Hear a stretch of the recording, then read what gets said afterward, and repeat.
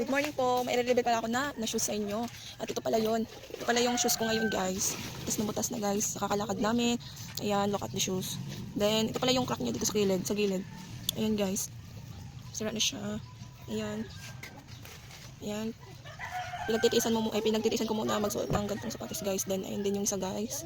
Ayan, may crack na siya sa ilalim ng shoes ko, guys. Ayan. Dito din. Lock the shoes.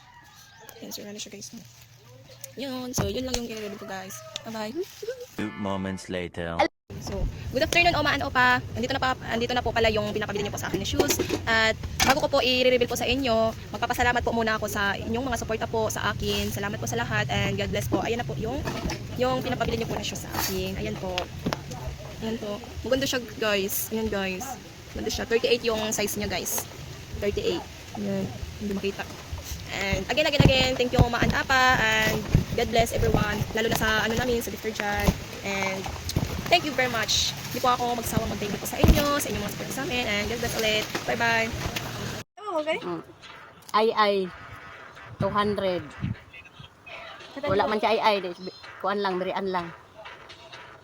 Dawat na nila.